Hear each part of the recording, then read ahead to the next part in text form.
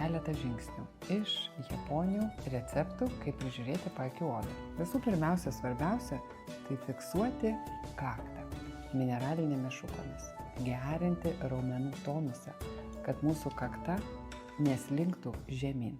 Tai yra labai svarbu.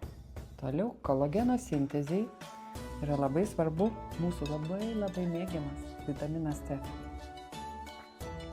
Juk mes mėgstam valgyti, mums reikia vitamino C. Taip pat reikia ir odai. Tai yra kolageno būsteris. Tam, kad kolageną užbūstintume ir gautųsi sinergija tokia kaip trumpas sujungimas, mums būtina tuo pačiu metu vartoti kolageno peptidus.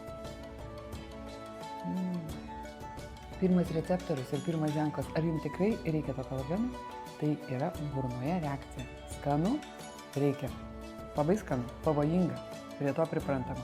Sekantis žingsnis, aišku, pamėgti NMN puodelį. NMN tai yra pats naujausias ingredientas, kuris blokuoja senėjimą.